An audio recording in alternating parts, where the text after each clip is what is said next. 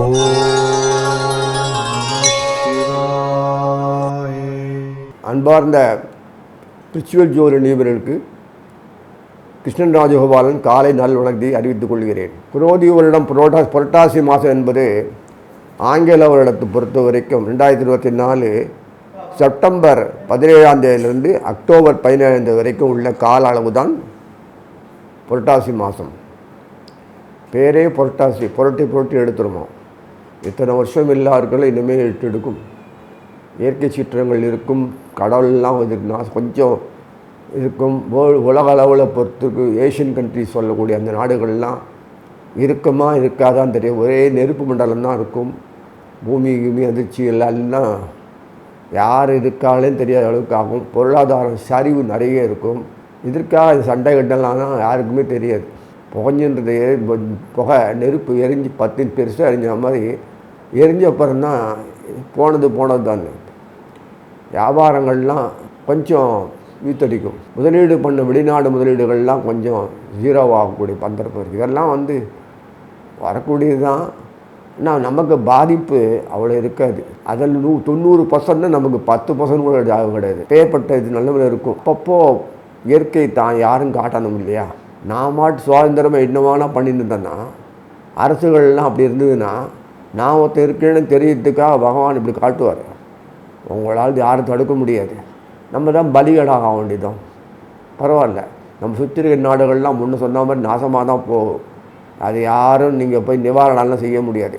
இங்கேயே நிவாரணம்லாம் ஒன்றும் பண்ண முடியாது. பகவான் தான் நிவாரணம் கொடுக்க முடியும், வேறு யாரும் பண்ண முடியாது. இருக்கிறத வச்சு சந்தோஷமாக வாழக்கூடிய பக்குவத்தை உண்டாக்கணும். அவனை துணையோடு இருக்கணும். எந்த தெய்வம் நீங்கள் வணங்கினாலும் அந்த தெய்வம் is representative of lord Krishna. அதனால் அவர் பிரம்மஸ்வரூபம். அவர் நமக்காக நம்மளையும் படித்து அவளையும் படித்து நம்மளாவது போயிடுவோம். அவ எப்போதும் இருப்பாங்க. இருந்து கூடயே நம்ம கூட இருந்து ஒரு தைரியத்தையும் சக்தியையும் சாமர்த்தியத்தையும் கொடுத்து நம்மளை இயக்க வைப்பாங்க, அனுபவிக்க வைப்பாங்க. அவங்களோட நம்ம அனுபவிக்கணும். இதான் தாத்பரியம். இந்த மாத கிரகணங்களை பார்க்கலாம். இந்த மாத கிரகங்கள் போகும்போது புரட்டாசி மாதம்னாலே கன்னியில் சூரியன் இருப்பார். சூரியனோடு யார் இருப்பான்னா சுக்கிரன் கேது இருப்பார். அதே மீனத்தில் பார்க்கும்போது ராகு இருப்பார். குரு ரிஷபத்தில் இருப்பார். இந்த மக்கரமாவில் இருக்குது. இந்த புரட்டாசி 29ஆம் தேதி கடைசியில் மக்கரமாக இப்போது பற்றி கவலைப்பட வேண்டாம். செவ்வாய் மிதுனத்தில் இருப்பார். அதே மாதிரி சனீஸ்வரன் வக்கரத்தில் இருப்பார். நவம்பர் மாதம்தான் சனீஸ்வரன் வக்கரம் முடிகிறது. அது வரைக்கும் கொஞ்சம் கஷ்டகாலம்தான், சமாளிக்க தான் ஆகணும்.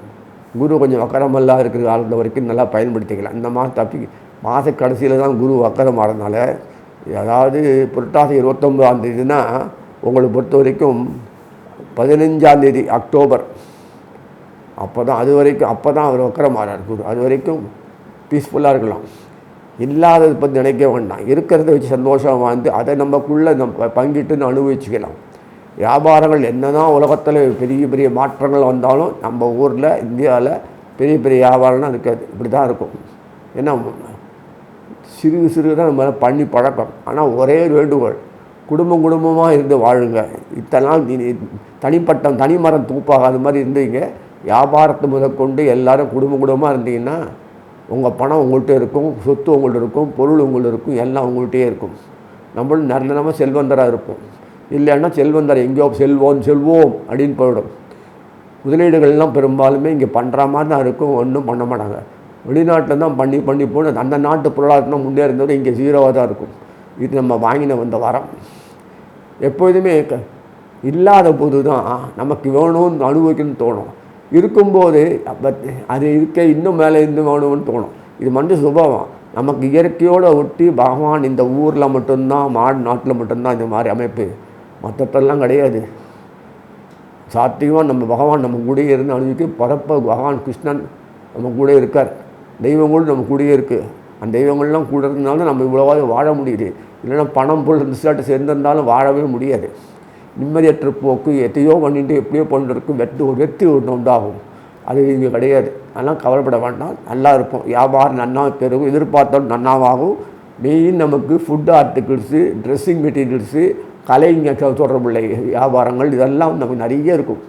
இறை தொடர்புள்ள அந்த நம்ம பாரம்பரிய சம்மந்தப்பட்ட விஷயங்கள்லாம் சிறப்பாக இருக்கும். அதில் ஒரு குறையும் இருக்காது. அவங்க நம்ம கூட இருக்கும், தெய்வங்கள் நம்ம கூட இருக்க வரைக்கும் நம்ம எந்த ஒரு பிரச்சனையுமே இல்லை. குடும்பம் தெய்வங்கள் நம்ம கூட இருக்கும். அதனால் ஒரு பிரச்சனையும் இல்லை. வியாபாரம் நடக்கும். இன்னும் டல்லாக இருக்கேன்னா நீயே நினச்சி பண்ணால் டல்லாக தான் இருக்கும். பர்பஸ் ஆஃப் பிஸ்னஸ் என்ன? பணம் சம்பாதிக்கலாம். பர்பஸ் ஆஃப் பிஸ்னஸ் வந்து டு சாட்டிஸ்ஃபை எவ்ரிபடி அப்படின்னு சொல்கிற அளவுக்கு இருந்தால் தான் உங்களுக்கு காசு வரும். அதனால் இந்த டேஸ்ட்டு ஃபார் அதர்ஸ் எல்லாரோட டேஸ்ட்டு எப்படி இருந்த மாதிரி வியாபாரத்தில் கொண்டுறது.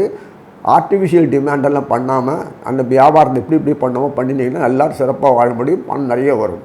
அதே இந்த மாத கிரகணங்கள் எப்படி மாறுதுன்னா, இந்த 3ஆம் தேதி புரட்டாசி மாதத்தில் இந்த 3ஆம் தேதி சொல்லக்கூடிய அந்த நாள், அதாவது 19ஆம் தேதி செப்டம்பர், அந்த நாள் அன்றைக்கி தான் கன்னிக்கு புதன் போவார்.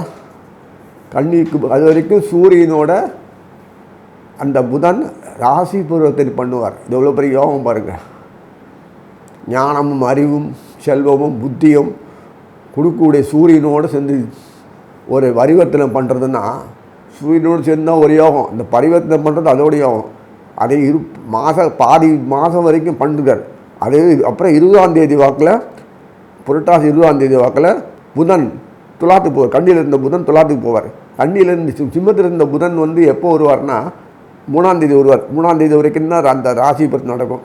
புரட்டாசி 3ஆம் தேதி, புரட்டாசி 3ஆம் தேதின்றது 19ஆம் தேதி செப்டம்பர் வரைக்கும் ஒரு 3 நாள் போதும். நமக்கு எவ்வளோ கிடைக்கும் உங்களுக்கு? அதே மாதிரி 20ஆம் அதே சமயத்தில் துலாத்துக்கு சுக்கரம் போவார். அவர் வந்து கன்னிக்கு புதன் வருவார், துலா சுக்கரம் போவார். 2 பேரும் டீம் ஒர்க்காக பண்ணுவாங்க. எப்படி பாருங்க. அப்போ 20ஆம் தேதி அந்த புதனும் துலாத்துக்கு போயிடுவார். ஆக துலாத்தில் இருக்கும்போது 20ஆம் தேதி புரட்டாசி 20ஆம் தேதி, புரட்டாசி 20ஆம் தேதினா உங்களுக்கு 6ஆம் தேதி, அக்டோபர் 6ஆம் தேதி, அந்த நாள் வரைக்கும் வந்து யார் கண்ணுலையும் படாத பாருங்கள். ரொம்ப டேஞ்சர், ஆபத்து.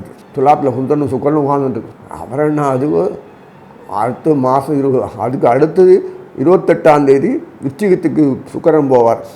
புரட்டாசி 28ஆம் தேதி, புரட்டாசி 28ஆம் தேதின்றது அக்டோபர் 14ஆம் தேதி, அக்டோபர் 14ஆம் தேதி மாதம் எப்போ பாருங்கள், செப்டம்பர் அக்டோபர் கடைசியில் போனார். குருவோட சமசப்த பாறையில் நமக்கு வேண்டியது கொடுக்குறார். இது பியூட்டி என்னென்னா, சமசப்த பாறை கொடுக்கும்போது பல இண்டின்னு நமக்கு வந்து குருவனுடைய திருவுருள் மறுநாளே குரு வக்கரமாறார் 21ஆம் தேதி. அதனால் வந்து சுக்கரனுடைய சம்மந்தப்பட்ட தொடர்பு இருக்கும். சுக்கரன் நிற்கிற கால் அந்த பீரியடில் வந்து விசாரத் குருவுடைய கால், செவ்வாய் நிற்கிற கால் புனர்பூச குருவுடைய கால், இவங்கள்லாம் தொடர்ந்து இருந்து நமக்கு அதே மாதிரி புதன் நிற்கிற கால் சித்திரையினுடைய கால், செவ்வாயினுடைய கால். இவங்க 3 பேர் இந்த ஆன்மீக ஆஃப் செவ்வாய், ஆன்மீக ஆஃப் குரு, இவங்களெல்லாம் சேர்ந்து பண்ணக்கூடிய இந்த காலத்தில் எல்லாம் பிரமாதமாக இருக்கும். நமக்கு ஆல்டர்னேட்டிவ் இருக்கிறதுனால நம்ம பாரத பூமி செழிப்பாக இருக்கும். இன்னும் கவலைப்பட வேண்டாம். மந்தமான வியாபாரம் சிறப்பாக நடக்கும் சொல்லி அடுத்து ராசி பலனை பார்க்க போவோம். அன்பார்ந்த சிம்மராசி நேயர்களே, புரட்டாசி மாத பலன் ராசி பலன் பார்த்தீங்கன்னா, சிம்மத்தினுடைய வீட்டில் புதன் இருப்பார். அது 2ஆம் வீடு கன்னியில் சூரியன் இருப்பார். ஏன்னா புரட்டாசி மாதம் சூரியன் அங்கே தான் இருப்பார். சரி, ராசி பலத்தை பண்ணிடலாம், ரொம்ப அமோகமாக இருக்குன்னு நினச்சா ஒரு 3 நாளைக்கு தான். அப்புறம் புதன் மறுபடியும் கன்னிக்கு போயிடுவார். புதன் சுக்கிரன் இருப்பார், கேது இருப்பார். சிம்மத்தினுடைய 8ஆம் வீட்டில்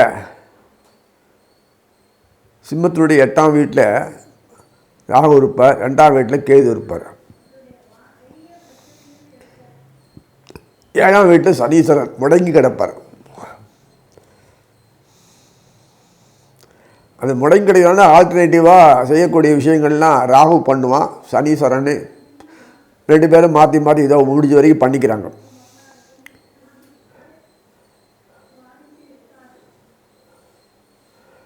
இன்னொரு பியூட்டி என்ன, சுக்கராச்சாரியார் அவர் தான் கர்மஸ்தானம். இப்போ ஜீவன் அவர் என்னன்னா 2ஆம் வீட்டில் உட்காந்துருக்கார், பாம்போடு உட்காந்துருக்கார். சனியினுடைய கர்மத்தை எப்படி ராகு வச்சுருக்கானோ, பாம்பு 2ஆம் வீட்டில் உட்காந்துட்டு கேது வச்சுட்டுருக்கார். ஸோ இதெல்லாம் நல்லதுக்கு தான் இல்லை நடக்கிறது. அசிஸ்டண்ட் ஒருத்தர் இருக்காருன்னா அசிஸ்டண்ட்டே எல்லாம் செய்ய போகிறதில்ல, அசிஸ்டண்ட் துணை புரிவார். ஆனால் இவர் முடங்கி போயிட்டார்னா அசிஸ்டண்ட் தான் எல்லா வேலையும் பண்ணி ஆகணும். அந்த மாதிரி அமைப்பில் அசிஸ்டண்ட் கெட்டிக்காரன சாமர்த்தியமாக இருக்கணும். அதை மாதிரி தான் அந்த செவ்வாய் நிற்கிற நட்சத்திரம். செவ்வாய் முக்கியமான ஆள், பாக்யாதிபதி. சுக்கிரன் 10ஆம் இடதி கர்மஸ்தானாதிபதி. குருவானவர் பூர்வ புண்ணியாதிபதி. அஷ்டமாதிபதிகள்லாம் பூர்வ புண்ணியாதிபதி. அந்த குருவுடைய காலில் தான் செவ்வாய் நிற்கிறார். 9ஆம் வீட்டு அதிகாரி. 5, 9 தொடர் வந்துருத்தா கேட்க வேணும் உனக்கு. அப்புறம் அது வேறு. எங்கே சிம்மத்துக்கு எங்கே உட்காந்துருக்காருன்னா லாபத்தாந்தில் செவ்வாய் உட்காந்துருக்கார்.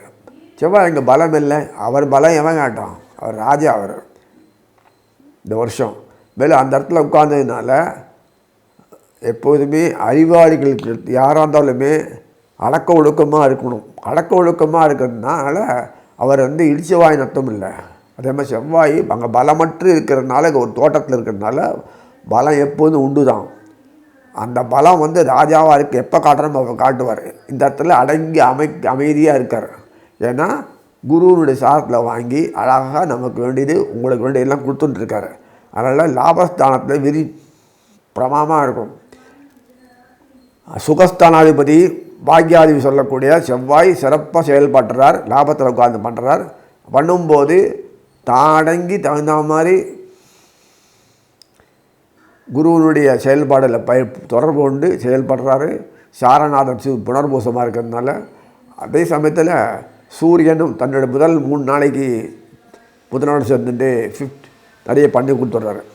களத்தில் சனீஸ்வரர் ஆல்டர்னேட்டிவ் வழியாக ராகு தொடர் வச்சுக்கிறார், கேதுவும் தொடர் வச்சு பண்ணிக்கிறாங்க. இதெல்லாம் பார்க்கும்போது நேரடியாக நவகிரகங்கள் செய்யலை அப்படின்னு பார்த்தான்னா குரு அக்கரத்துக்கு போக போகிறார். உடம்பு அந்த அளவுக்கு போயிடுது.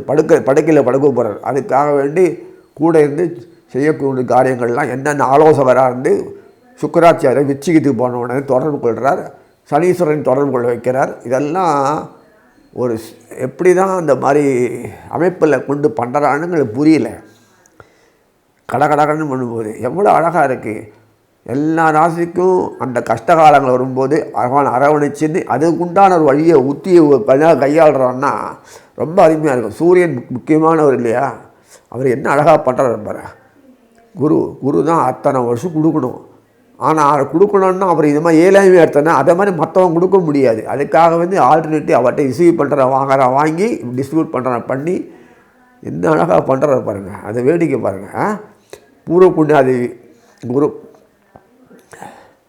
பாக்யாதிபதி பார்த்தோன்னா செவ்வாய். பாக்கியத்துக்கு செவ்வாய் குருவினுடைய சம்மந்தப்பட்ட தொடர்பு கொண்டு செஞ்சு கொடுக்குறாரு. அது சுக்கராச்சார கர்மஸ்தானாதிபதி. என்ன அதுக்கு தகுந்த மாதிரி இது சக்திகள்லாம் வாங்கி எல்லா விதமான கர்மங்கள்லாம் நீ நினைக்கிற மாதிரி கல்யாணம் குழந்தை குட்டி பெறது அது ஒன்றும் இல்லை. கர்மங்கள்லாம் அந்த உலகத்தில் இருந்து எல்லா விதமான ஜீவனங்களும் தான் சப்போர்ட்டிவாக இருந்து தனக்கும் அவனுக்கும் பகவானுக்கும் உள்ள நெருக்கத்தை உண்டாக்கி அவர் கைங்கரியம் செய்கிறது தான் கர்மன் பேர். குறை நிறைகளில் சரிப்படுத்தணும். எல்லாம் வாழ வகை செய்யணும். தனக்கும் தன் குடும்ப சமுதாய தனிப்பை சேர்ந்து எல்லாருமே குடும்பம்னா 4-5 பேர் இல்லை, தன் சார்ந்த அத்தனை பேருக்குமே செஞ்சு கொடுக்க வேண்டியது கடமை. டீம் ஒர்க் பண்ணணும். அதுதான் சுக்கரனுடைய வேலை. கலைஞர்களை ஆதரிக்கிறா பார்த்தீங்களா? அரசுகள் ஒரு பெரிய ஜமீன்தாரோ பெரியவரோ ஒரு சப்போர்ட்டிவாக இருந்து செல்வந்தரோ கலைஞர்களை ஆதரிப்பாங்க பார்த்துருங்க இல்லையா? அந்த கலை சம்மந்தப்பட்ட விஷயங்கள்லாம் ஆதரிக்க சொன்னோன்னா அதுதான் வாழ்க்கையில் இறை தொடர்புடைய கலை நயம் பிடிச்ச சாப்பாடுலேருந்து டின்னர் ஃபஸ்ட்டாக போடுவாங்க. ஃபெஸ்டிவல் அதெல்லாம் வரும்போது வீட்டில் நல்லது கொண்டது வரும்போதெல்லாம் அன்னதானம் பண்ணுறோம், ஆகாரம் போடுறோம், கோயில் நிர்மாணம் பண்ணுறோம், அது பூஜைகள் புனஸ்காரங்கள் அது இது பண்ணுறோம், மகான்களை வர வச்சு அவங்களுக்கு இது பண்ணுறோம், இதெல்லாம் பண்ணுறோம். காரியங்கள்லாம் அவன் தொடர்புடைய அந்த காரியங்கள்லாம் வரும்போது மழை வேணா மழை பெற்று பேசுகிறோம், வெயில் வேணா வெயில் பார்க்குறோம், யாதி வராமத்து சொல்கிறோம், நம்ம தொடர்பு இந்திரன் அந்த தேவர்கள்லாம் சரி பண்ணுறோம்ல. அது எல்லா காரியங்களும் நம்ம டீம் ஒர்க்கை நம்ம உட்காந்து பண்ணுறதுக்கு காரணமே அதுக்கு தான் படைச்சிடான் பூமியில். நான் ஆஃபீஸ் போய் சம்பாதிச்சு வீடு கட்டுறதுக்காக பிறக்கல, 2 குழந்தைய பெற்றுறதுக்காக. For the purpose of himself. அவனுக்காக தான் நம்ம பிறந்திருக்கோன்னு உணர்வு வரணும். எப்படி உணர்வு வரத்துக்கு காரணம் அவனே பிறந்த சரீரம்தான் போச்சு. நமக்காக சரீரம் தான் செத்து போனான்னு தவிர கிருஷ்ணரை அதை தீன் முடிஞ்சவொடனே போயிட்டாங்க அவ்வளோதான் தவிர என்றைக்குமே இருக்காது அவர். நான் என்றைக்கு இருக்கிறதுனால தான் ட்ரெஸ்ஸு மாற்றினா கூட இருக்கேன். அவர் அந்த ட்ரெஸ்ஸு மாற்றினால இருந்தால் கூட இருந்துகிட்டே தான் இருப்பார். அடுத்த ட்ரெஸ் எப்போ போட சொல்ல முடியாது, இருந்துகிட்டே இருக்கார். இதுக்கு போடணும். நமக்கு உணர்த்துவதற்காக மட்டும் நம்ம அவதாரம் தொடர்ந்து பகவான் நமக்காக வந்ததுக்காக வேண்டி அவன் மனுஷன் அல்ல, பிரம்மஸ்வரூபம். 90% பார்த்தோன்னா சுத்திர நாடாலும் நாசமாகுது அவனுக்கு ஆகாரம். அது நம்பவே முடியல. ஒழுங்காக இருந்து தட்டமுடம் தட்டி அந்த பக்கம் பார்க்காம இப்படி போயிட்டோம். கொஞ்சம் நாளை சந்தோஷமான வாழ்க்கையில் குடும்பம் அடைஞ்சி நம்ம பந்துக்களோடு அந்த உறவினோடு நண்பர்களோடு நன்னா வாழ்க்கை நல்லா நன்னா இருக்கணும். நம்ம வந்து அவனோடு சேர்ந்து வாழணும், அந்த ஷேர் பண்ணிக்கணும். Everybody sharing.